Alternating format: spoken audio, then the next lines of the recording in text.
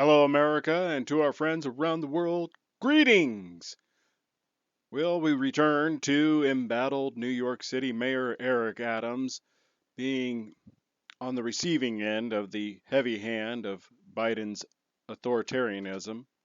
Mayor Adams is realizing the folly of the sanctuary status that his city has embraced for the last several years. 3 March 2024, Sanctuary Trap. New York City Mayor Adams has had epiphany on migrant crime. Deportations, say local Fox host. New York City Mayor pressed by Rosanna Scotto on migrant crime on The Sanctuary Trap by Taylor Penley, Fox News. Mayor Eric Adams has had an epiphany concerning the Big Apple's sanctuary status, according to Fox 5 New York's Rosanna Scotto, host of Fox Nation's The Sanctuary Trap. When the migrants first came here, he was greeting them off the buses, holding babies, kissing them, and now he's realized that we've got a problem, she told Special Report host Brett Baer on Tuesday. Rocked by the unmitigated crisis crippling the city, Adams is now calling for sanctuary laws to be modified so illegal immigrants who commit violent crimes can be turned over to ICE and deported. This comes as footage of illegal immigrants attacking New York Police Department officers in Times Square went viral, and separate video captured one incident of a illegal immigrant crime gang dragging a woman down the street in front of a Brooklyn deli as they grabbed her purse and sent her careening into a pool. I think the mayor had an epiphany and realized this can't continue, she told Baer. People were just so outraged in New York City that this is happening now as a sanctuary city. The mayor is not allowed to have the police notify the feds that this is going on in the migrant community. But I think, as you heard recently, he's changed his tune. He would like to change the laws so that these people who were committing crimes in New York City would be deported.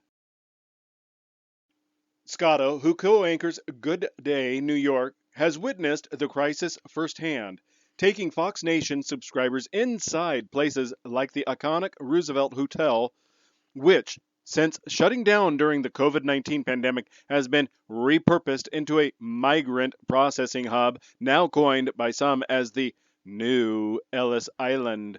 But the hotel, like other locations sheltering illegal immigrants, is overflowing and it's unsustainable.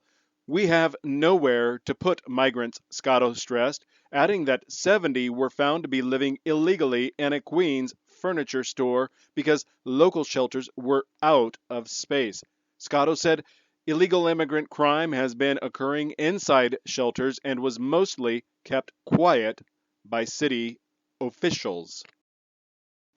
If Fox and other outlets are going to continue using soft language, using migrant instead of illegal immigrant, why aren't they saying, in regards to the Queens furniture store, that they were off-hour customers, instead of labeling them as living illegally? Isn't this the soft language that's so harmful? Living illegally? They're off-hour shoppers.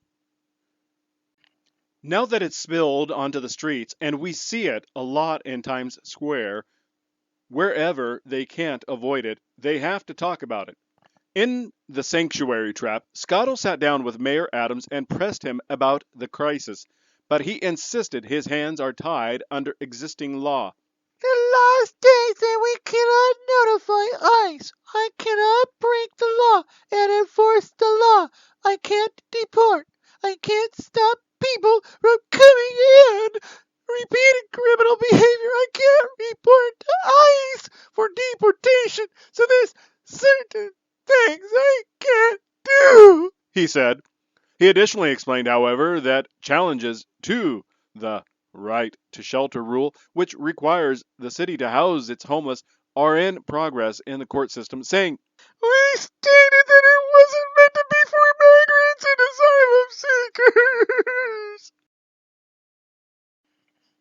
Since Scotto's sit-down, Adams has said the sanctuary city law must be modified so that illegal immigrant criminals can be deported. Failure to turn criminals over to ICE has had consequences outside the Empire State. In Georgia, last week, 22-year-old nursing student Laken Riley was allegedly murdered by an illegal immigrant from Venezuela. The suspect behind the killing was reportedly arrested in New York and was not turned over to ICE. It seems endless to me now, Scotto said of the crisis. Even the mayor is admitting it's gotten out of control.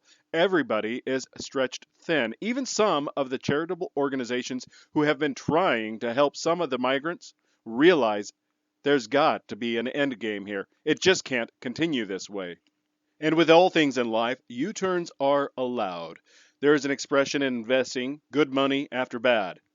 Only a fool would continue investing their hard-earned money into something that is a loser. That is what this is.